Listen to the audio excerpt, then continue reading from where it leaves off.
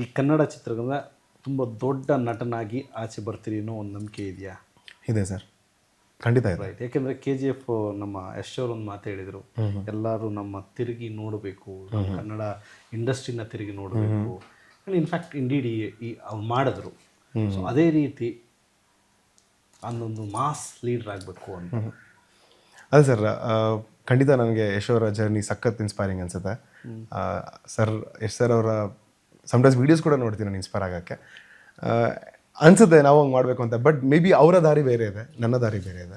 ಖಂಡಿತವಾಗ್ಲೂ ನಾನು ಕೂಡ ಆ ಮಾಸಸ್ಗೆ ರೀಚ್ ಆಗ್ತೀನಿ, ಮೇ ಬಿ ನನ್ನ ದಾರಿಯಲ್ಲಿ ರೀಚ್ ಆಗ್ತೀನಿ, ನನ್ನ ಸಿನಿಮಾ ಮುಖಾಂತರ ರೀಚ್ ಆಗ್ತೀನಿ. What is your dream? ಯಾವುದೋ ಒಂದು ಇಂತಹ ನಟನೆ ಮಾಡಬೇಕು ಅಥವಾ ಇಂಥ ಪಾತ್ರ ಮಾಡಬೇಕು, ಇಂಥ ಕ್ಯಾರೆಕ್ಟರ್ ನಾನು ನೋಡ್ತಾ ಇದ್ದೀನಿ ಅನ್ನೋದು ಯಾವುದೋ ಇದೆಯಾ? ಯಾವಾಗಲೂ ಕೇಳಿದಾಗ ಹೇಳ್ತೀನಿ ಸರ್, ನನಗೆ ಸೂಪರ್ ಹೀರೋ ಪಾತ್ರಗಳು ಮಾಡೋಕ್ಕೆ ತುಂಬ ಇಷ್ಟ. ರೀಸೆಂಟ್ಲಿ ಮಲಯಾಳಮಲ್ಲಿ ಒಂದು ಚಿತ್ರ ಬಂದಿತ್ತು, ಡುಲ್ಕರ್ ಸಲ್ಮಾನ್ ಅವರು ಪ್ರೆಸೆಂಟ್ ಮಾಡಿದಂಥ ಸಿನಿಮಾ. ಅದು ಸೂಪರ್ ಹೀರೋ ಮೇಲೆ ಮಾಡಿರೋದು. ಇಡೀ ಸಿನಿಮಾದಲ್ಲಿ ಅರ್ಧ ಸಿನಿಮಾ ಬರೀ ನಿಮ್ಮ ಕನ್ನಡನೇ ಕೇಳಿಸುತ್ತೆ. ಇವತ್ತು ನೋಡಿದ್ರೆ ಆ ಸಿನಿಮಾ? ಅಲ್ಲ, ನಾನು ನೋಡಿದ್ದೀನಿ, but I am not unable to recap it. Okay, ಆ ಸಿನಿಮಾದಲ್ಲಿ ಅರ್ಧ ಸಿನಿಮಾ ಕನ್ನಡದ ಸಿನಿಮಾ ಎಂಡ್ ಆಗೋದು ಕನ್ನಡ ಡೈಲಾಗಲ್ಲೇ ಸರ್. ಸರ್ ನಾನು ಒಂದು ಮಾತು ಹೇಳ್ತೀನಿ ಸರ್, ಇದಕ್ಕೆ ಜನರು ಬೇಜಾರಾಗ್ಬೋದು, ಬಟ್ ನನಗೆ ಸರ್ ನನ್ನ ಭಾಷೆ ಮೇಲೆ ಅಭಿಮಾನ ಇದೆ, ಭಾಷೆಯಿಂದ ಬದುಕ್ತಾ ಇದ್ದೀನಿ ಸರ್.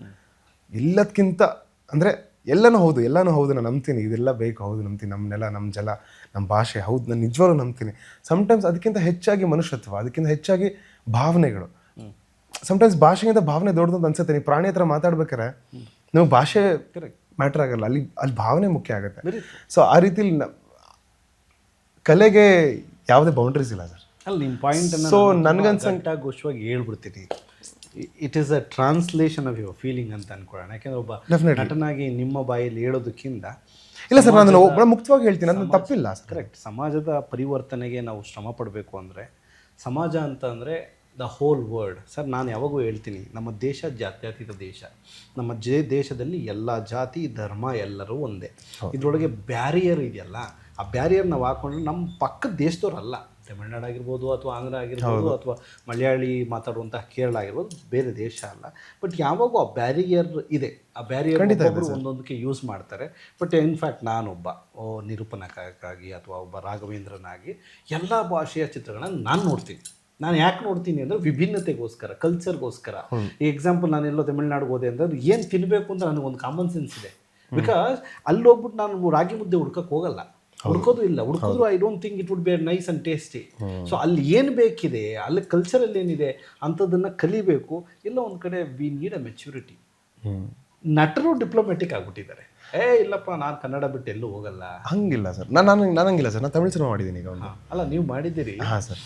ಈ ಫ್ರೇಸ್ ಇದೆ ನೋಡಿ, ನಾನು ಕನ್ನಡ ಬಿಟ್ಟು ಎಲ್ಲೂ ಹೋಗಲ್ಲ ಅನ್ನೋದು, ಇದೆಲ್ಲ ಒಂದು ಕಡೆ ಕಿರಿಯ ನಟರು ಅಥವಾ ಈಗ ತಾನೇ ಬಡ್ಡಿಂಗ್ ನಟರುಗಳಿಗೆ ನಾನು ಹೆಂಗೆ ಹೇಳೋದಪ್ಪ, ಅವ್ರು ದೊಡ್ಡವರು. ಇಲ್ಲ ಸರ್, ನಾನು ಹೇಳ್ತೀನಿ ಸರ್. ಯಾಕಂದರೆ ಸರ್ ನಂಗೆ ಗೊತ್ತಿಲ್ಲ, ಬೇರೆಯವ್ರನ್ನೆಲ್ಲ ರೆಸ್ಪೆಕ್ಟ್ ಮಾಡ್ತೀನಿ ನಾನು. ಹಾಗಂತ ನನ್ನ ನಿಲುವುಗಳನ್ನ ನಾನು ಮೋಸ ಮಾಡ್ಕೊಳ್ಳೋಕ್ಕಾಗಲ್ಲ. ನಾನು ಮಾಡ್ತಿರೋ ವಿಷಯಗಳು ನಾನು ಇಲ್ಲ ಅಂತ ಹೆಂಗೆ ಹೇಳಿ ಸರ್ ಅದು. ಸೊ ನಾನು ಖಂಡಿತ ಮಾಡ್ತಿದ್ದೀನಿ, ಬದುಕೋಕ್ಕೂ ಮಾಡ್ತಿದ್ದೀನಿ, ಜೊತೆಗೆ ಅದರಲ್ಲಿ ಒಂದು ಕಲೆಗೋಸ್ಕರ ಅಂತಲೂ ಮಾಡ್ತೀನಿ ಸರ್. ಸರ್ ನಾನು ಇವತ್ತು ಹೇಳ್ತೀನಿ ಸರ್, ಇವಾಗ ನಾವು ಬೇರೆ ಭಾಷೆ ಚಿತ್ರ ನೋಡಿಲ್ಲ ಅಂತ ಯಾರೋ ಸುಮ್ಮನೆ ಹೇಳ್ಬೋದು ಸರ್, ಎಲ್ಲರೂ ನೋಡ್ತಾರೆ ಸರ್. ಸರ್ ಚೆನ್ನಾಗಿರುವಂಥ ಒಂದು ಆರ್ಟನ್ನು ಎಲ್ಲರೂ ಇಷ್ಟಪಡ್ತಾರೆ ಸರ್.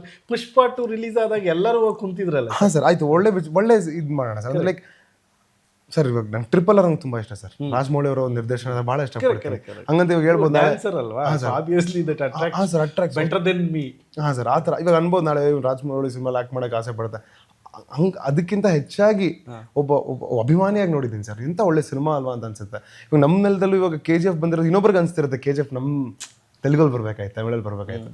ಸೊ ಬಂದಾಗ ಲೆಟ್ ಸೆಲೆಬ್ರೇಟ್ ಅಷ್ಟೇ. ಯಾಕಂದರೆ ಇದು ಆರ್ಟ್. ಇದು ಇವಾಗ ಆಯ್ತು ಸರ್, ಇವಾಗ ಯಾರೋ ಮಾತು ಬರ್ದಿರೋ ಒಬ್ಬ ಆರ್ಟ್ ಮಾಡ್ತಾನೆ, ಇವಾಗ ನಿಮ್ಮ ಮುಖನೇ ಬರೀತಾನೆ, ಕರೆಕ್ಟಾಗಿ ಸಖತ್ತಾಗಿ ಬರ್ದಾಗ ಹೆಂಗೆ ಅಪ್ರಿಷಿಯೇಟ್ ಮಾಡ್ತೀವಿ ಸರ್. ಅವ್ರನ್ನ ಭಾಷೆ ಕೇಳ್ತೀವ.